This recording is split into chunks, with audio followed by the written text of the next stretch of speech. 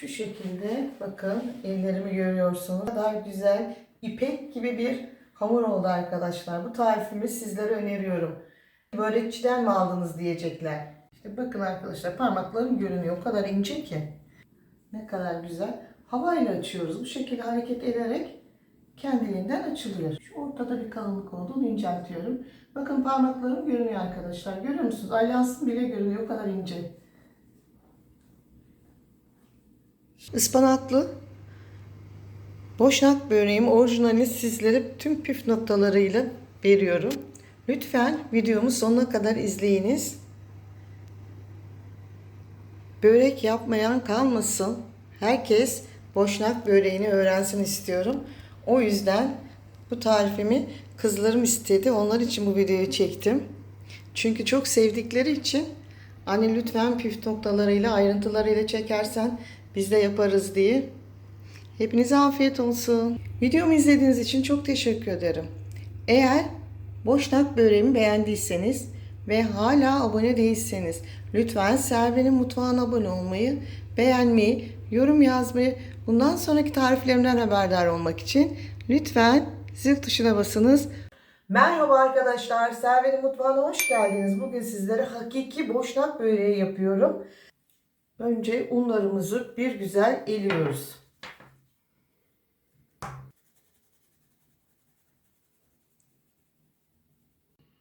Şöyle unumuzun ortasına küçük bir havuz açıyoruz. Bir tatlı kaşığı tuzumu ilave ediyorum. Ve suyunu yavaş yavaş vermeye başlıyorum. Önce bir su bardağı suyumu veriyorum. Sonra elimle yoğurmaya başlayınca ikinci su bardağını kullanacağım. Unumuz böreklik un. İkinci su bardağını da yavaş yavaş karıştıra karıştıra vereceğim. Fakat dikkatli olacağız her zamanki gibi. Unun markasına göre bu içerisine girmiş olan su miktarı değişebilir.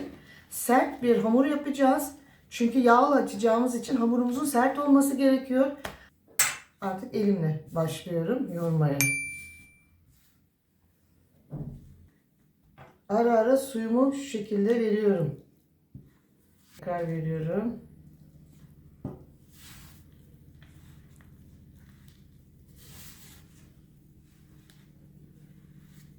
İki su bardağı suyum girdi.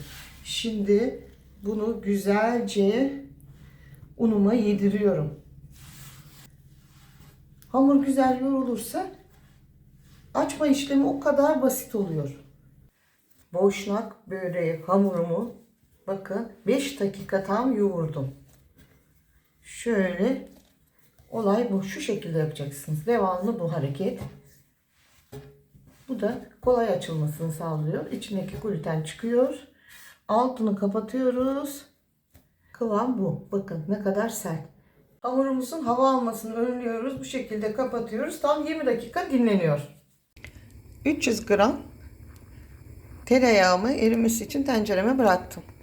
Tereyağım eridi. Tereyağının üzerindeki köpükleri bu şekilde alın arkadaşlar. Yoksa bunlar böreğimizde kararma yapar.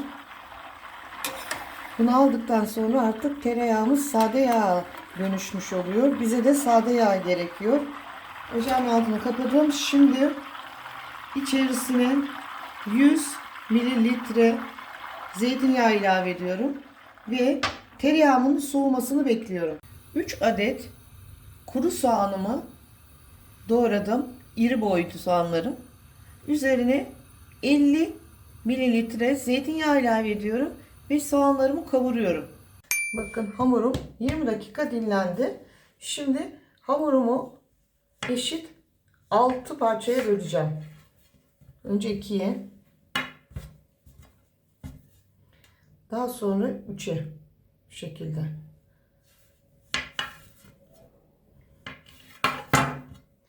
Hamurumun da iç dokusunu size göstermek istiyorum. Şöyle koyayım bakın. Ne kadar güzel oldu. Sert bir hamur. Çünkü boşnak böreği demek arkadaşlar yağlı hamur demek. Sarıyer böreği de aynı mantık. Boşnak böreği de aynı mantık. Yağ ve un. Püf noktası bu. Açıyorum. Merdane ile. Şöyle 15 santim büyüklüğünde açacağım. Şöyle bir tane yuvarlak açtım arkadaşlar. Bezelerim de bu şekilde. 6 adet bezeden. Şimdi açtığımı kurumadan şöyle önce bir kepçe yağ bırakıyorum. Bu şekilde açtığımı koyuyorum.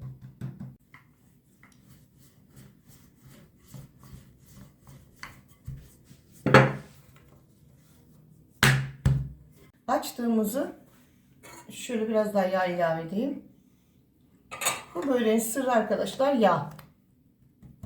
Bakın daha sonra tekrar yağ döküyoruz.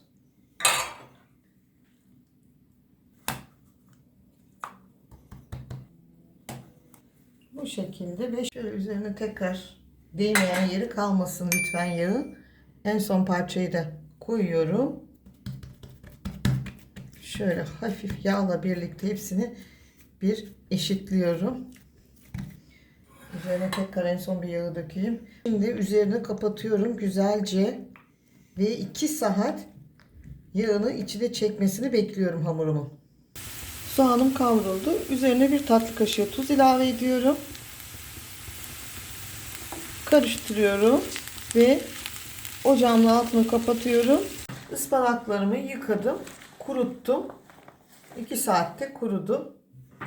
3 adet büyük boy kuru soğanımı güzelce şekerini dışarı çıkana kadar kavurdum. Lezzetlensin diye ıspanağımız. Demet de dereotu ilave ediyorum. Ve karıştırıyorum. Soğanımızın yağıyla birlikte ıspanağımızın her yerine eşit bir şekilde karışması için güzelce şöyle elimle karıştırıyorum. Soğanı kavurmamızdaki amaç içindeki şekeri çıkarmak için. O soğanın içindeki şeker çıkınca ıspanağın o buruk tadını arkadaşlar alıyor ve şu iç şu anda muhteşem bir lezzet oluyor. Üzeri örtülü bir şekilde 2 saat hamurumuz bekledi. Şöyle teker teker artık açmaya başlayacağız. Şöyle bir tanesini alıyorum. Şöyle. Önce şöyle bakın.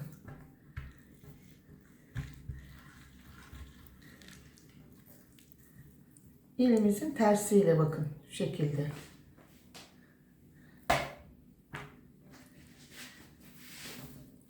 Parmak uçlarını değirmiyoruz.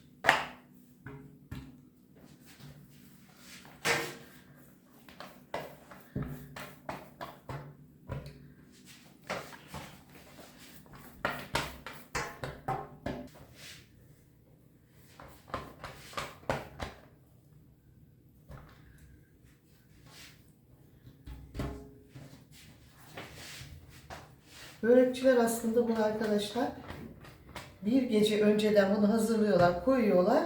Ertesi günü tek tek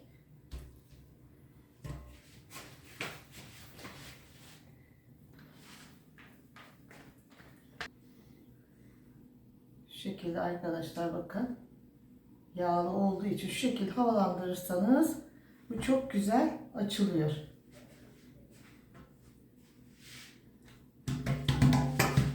Şimdi şu tarafı tamam. Şimdi bir de buradan açalım. Şöyle göster. Bakın ne kadar güzel. Havayla açıyoruz. Bu şekilde hareket ederek kendiliğinden açılıyor.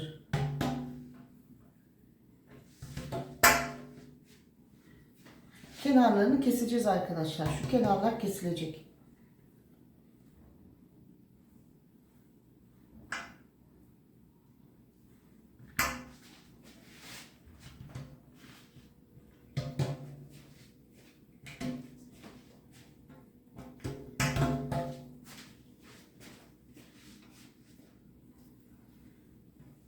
Ortada bir kalınlık olduğunu inceltiyorum. Bakın parmaklarım görünüyor arkadaşlar. Görüyor musunuz? Alyansım bile görünüyor. O kadar ince. Şimdi bu şekilde hazır.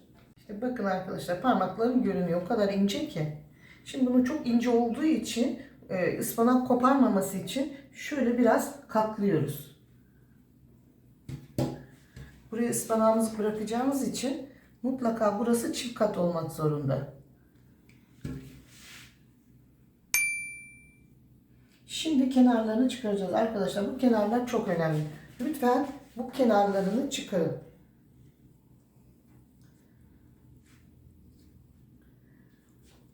Tekrar yoğuruyorum, gözleme yapıyorum.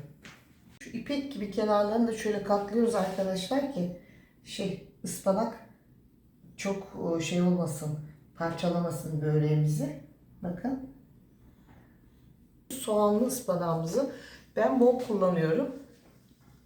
Siz tercihe göre daha az da koyabilirsiniz. Bir de ıspanağım çiğ olduğu için hemen oluyor, azalıyor içinde. Sadece hamur yenmiş oluyor. Şöyle bakın.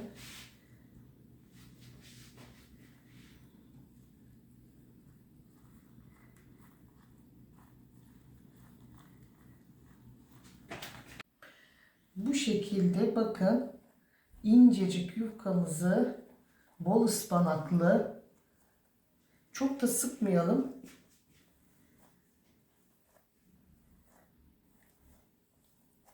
Bu şekilde bir tanesi hazır. Şimdi bu ortası olacak tepsimizin. Bakın bu şekilde kaldırabiliyoruz. Hiç kopuyor mu? Kopmuyor. Şöyle yapıyoruz. Çok da sıkı sarmayalım. Hamurumuz çiğ olduğu için. Bu şekilde devam edeceğiz. Şimdi şöyle birinci parçamı bırakıyorum. Tepsim alüminyum olduğu için sağlıksız ama alüminyum tepsiler çok güzel pişirdiği için ben kağıtla kullanmayı tercih ediyorum. Bir de bu şekli var arkadaşlar. Elinizi şöyle üstten koyarak emniyetli bir şekilde açabiliyorsunuz. Bakın. Bu şekil. Elinizi böyle tutuyorsunuz. Bu da garantili bir yöntem. Şöyle tekrar gösteriyorum. Bakın. Şöyle yapıştırıyoruz. Şimdi ikincisini de şu şekilde şöyle çektire çektire bakın sardım. İkinci şekilde hazır. Şöyle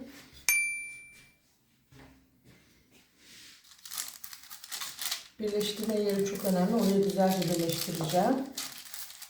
Şimdi ikincisi de hazır. Şunun içine sokuyoruz arkadaşlar. Bakın. Hep böyle üstten birleştiriyoruz. İlk olmasın. Şöyle arkadaşlar havayla açıyoruz. Bakın hiçbir işlem yapmıyorum. Sadece alttan hava veriyorum. Yağlı hamur olduğu için çok güzel açılıyor. İpek gibi. Şöyle. Hemencecik. 1 dakika sürmüyor bunun açılması arkadaşlar. Bakın. Olay bu. Şu güzelliğe bakar mısınız?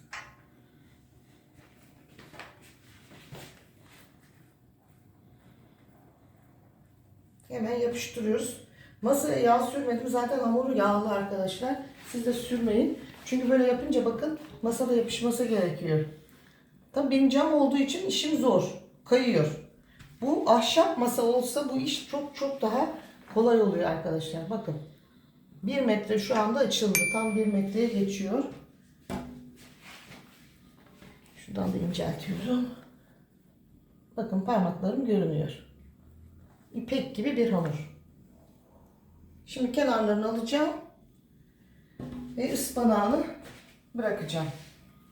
İşte olay bu. Bakar mısınız arkadaşlar? Tülbentten ince bir şey oluyor bu. Yağlı hamur. Yerken ağzınıza pul pul dökülecek. Şöyle kalınlaştırıyorum. Çünkü ıspanak hamuru yırtıyor. Bu kısmı çok önemli. Mutlaka burası 2 kat olması gerekiyor. Bakın arkadaşlar hamurumuz ne kadar ince. Ispanak görünüyor. Muhteşem bir lezzet. Oklava ile açarsanız bu şekilde hamur kesinlikle ince olmaz. Boşnak böreğinin özelliği bu şekilde açıldığı için çok ince olması ve ağızda yerken pul pul dökülmesi. Şimdi şu şekilde bakın. Şöyle açtık hamurumuzu. Bu 5. arkadaşlar. Şu şekilde havalandırıyoruz ve bırakıyoruz. Bir de şuradan havalandırayım. Çünkü ortası bakın biraz kalın kaldı. Hemen orasını açıyoruz. Bu şekilde. Açtık. 5. yufkamız da bu şekilde hazır. Arkadaşlar, ben börek yapmayı bilmiyorum demeyin. Benim tarifimi dikkatlice uygulayın, püf noktalarını. Eşiniz ve misafirleriniz size diyecek ki börekçiden mi aldınız? Hayır, ben yaptım diyeceksiniz. Bakar mısınız arkadaşlar şu inceliğin güzelliğine?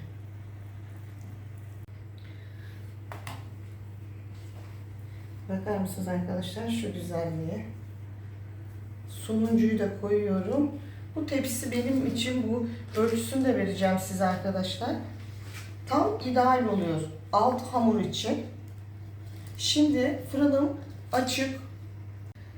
Bu tepsiye altı hamur tam geliyor arkadaşlar. Tepsinin ölçüsünü vereceğim. Açıklamalar bölümünde okuyun lütfen. Şimdi üzerine sadece börek için hazırlamış olduğumuz sade yağdan sürüyorum. Başka hiçbir şey sürmüyorum. Bakın zaten içi de yağlı. Sadece artan yağı sürüyorum.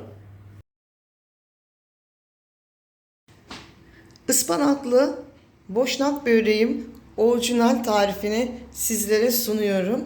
Bakar mısınız şu güzelliğe? Şimdi önceden ısıtılmış 180 derecede fırında pişmeye gidiyor. Bu güzel tarifimi lütfen deneyin.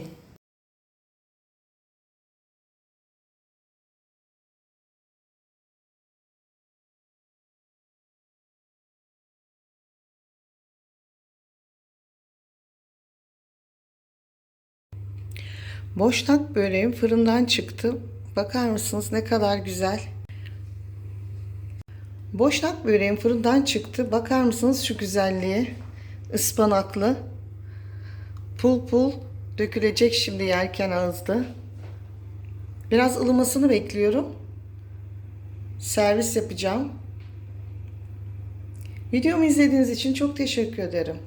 Eğer boşnak böreğimi beğendiyseniz ve hala abone değilseniz lütfen Serve'nin mutfağına abone olmayı, beğenmeyi, yorum yazmayı, bundan sonraki tariflerimden haberdar olmak için lütfen zil tuşuna basınız. Şu iştah açıcı güzelliği tüm püf noktalarını vererek tüm ayrıntılarıyla anlattığım bu videomu lütfen izleyiniz.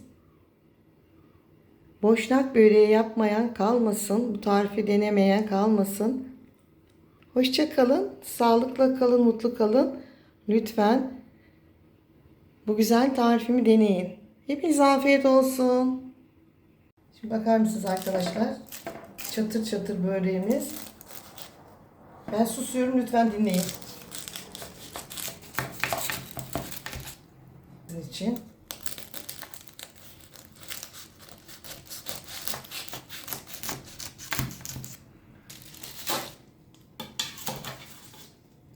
Şu şekilde bakın, şimdi size gösteriyorum arkadaşlar. Bakar mısın bu şekilde, şu pul pul bu şekilde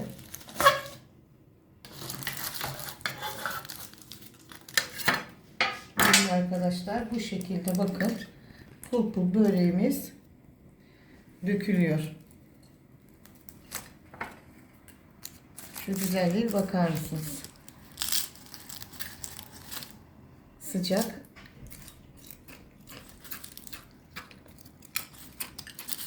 Bakar mısınız nasıl? Çıtır çıtır çıtır. Bu güzel böreğimi sizlere öneriyorum. Hepinize afiyet olsun.